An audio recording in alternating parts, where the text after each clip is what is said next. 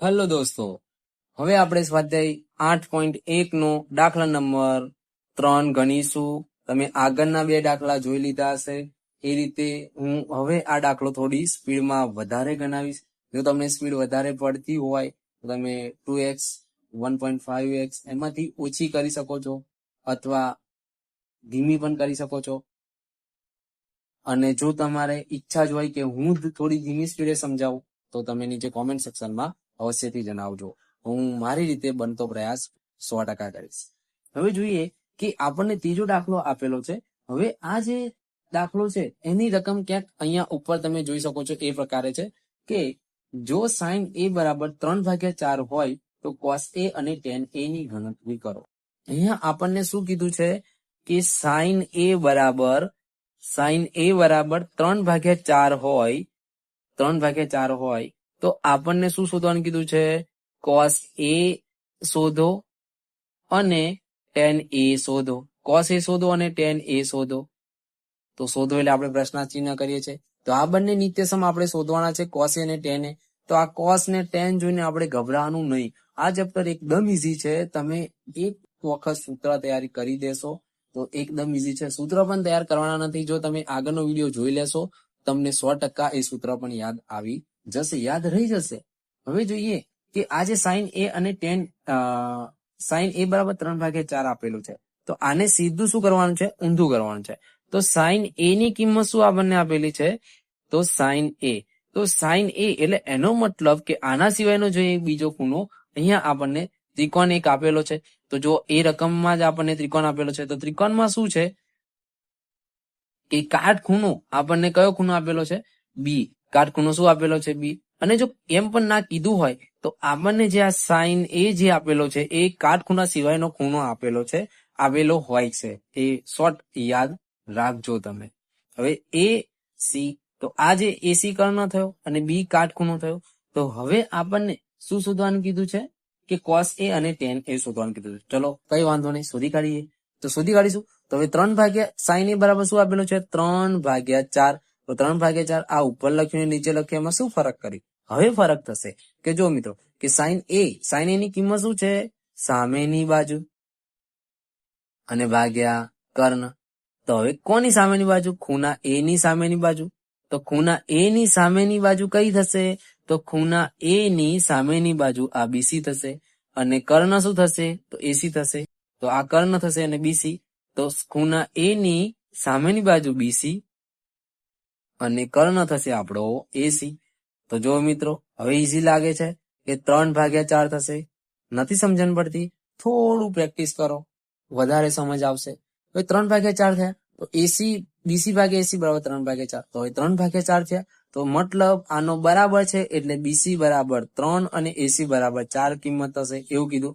BC બરાબર કેટલી કિંમત થશે? 3 સેન્ટીમીટર અને એસી બરાબર કેટલી કિંમત થશે? 4 સેન્ટીમીટર. હવે મિત્રો ખબર પડી કે બે બાજુનું માપ મળી ગયું. હવે ત્રીજી બાજુનું માપ શોધવા માટે શું કરીશું? પાયથાગોરસ ભાઈને યાદ કરીશું. તો પાયથાગોરસના પ્રમેય મુજબ કે પાયથાગોરસના પ્રમેય મુજબ તો પાયથાગોરસનો પ્રમેય શું કહેવા માંગે છે એ આપણે હવે લખીશું કે એસી નો વર્ગ કર્ણનો વર્ગ બરાબર બાકીની બે બાજુનો વર્ગ એટલે બીસી નો વર્ગ વત્તા બીએ નો વર્ગ. હવે આને આપણે શોધવાનું છે શું? બીએ શોધવાનું છે. આ બીએ તો બીએ ને અહીંયા રાખીશું, આને આખું ઉલટાઈ દઈશું, વર્ગ પણ એ સાઈડે લઈ લઈશું તો વર્ગનું વર્ગમૂળ થશે એટલે વર્ગમૂળમાં શું થશે? એસી નો વર્ગ માઇનસ બીસી નો વર્ગ. તો એસી નો વર્ગ શું છે? તો એસી નો વર્ગ શું થશે મિત્રો? તો આ જે એસી છે એસી આપણને શું મળ્યા? 4 મળ્યા. તો 4 નો વર્ગ માઇનસ બીસી, તો બીસી બરાબર શું થશે? બીસી બરાબર 3 નો વર્ગ થશે. ખ્યાલ આવે મિત્રો? હવે 4 નો વર્ગ આપણે જાણીએ છીએ, ચોખ્ખું 16 અને 3 નો વર્ગ 81. ના, 9 થાય. 16 માઇનસ 9 શું કિંમત આવશે આપણી? 16 માઇનસ 9 થશે. શું કિંમત થશે આપણી? 16 માઇનસ 9 તો 16 - 9 આપણી કિંમત થશે 16 માંથી 9 જશે એટલે 5, વર્ગમૂળની અંદર 5. તો ચલો વર્ગમૂળની અંદર ફરી અહીંયા થોડી ભૂલ થઈ છે. 16 માંથી 9 બાદ કરીશું કેટલા રહેશે? 7 રહેશે. એટલે 7 વર્ગમૂળની અંદર 7 રહેશે. હવે આપણે શું કરીશું? તો હવે આપણને શોધવાનું કીધું છે કે ભાઈ cos A અને tan A શોધો. શું શોધવાનું કીધું છે? cos A અને tan A શોધો. તો cos A અને tan A શોધવાનું કીધું છે. તો cos A બરાબર શું થશે? cos A બરાબર થશે ખૂણાની પાસેની બાજુ ભાગ્યા કર્ણ. હવે A કઈ છે? અહીંયા છે A. તો ખૂણાની પાસેની બાજુ કઈ છે? A ની પાસેની બાજુ BA. તો પાસેની બાજુ કઈ છે? BA. અને કર્ણ શું છે? AC. કર્ણ શું છે? AC છે. તો BA બરાબર કેટલી કિંમત થશે? એ આપણે શોધી વર્ગમૂળની અંદર 7 થશે. તો BA બરાબર વર્ગમૂળની અંદર 7 થશે. અને AC બરાબર શું થશે? તો AC બરાબર 4 થશે.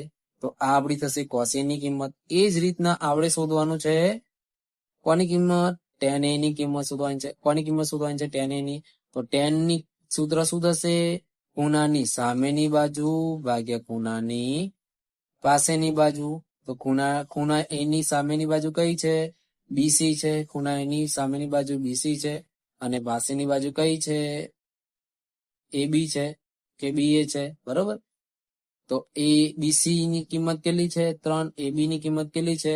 વર્ગમૂળ 7. વર્ગમૂળ 7. તો હવે આપણને શું કિંમત મળી?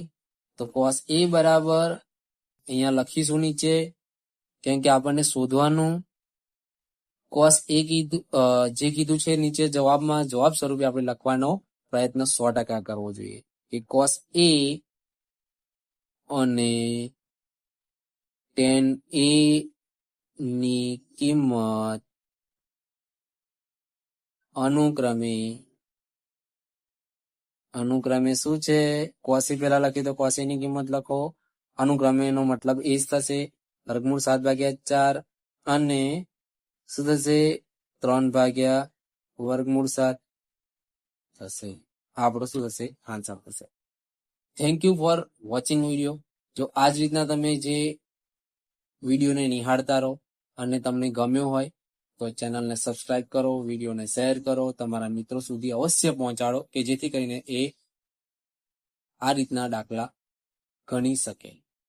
Thank you.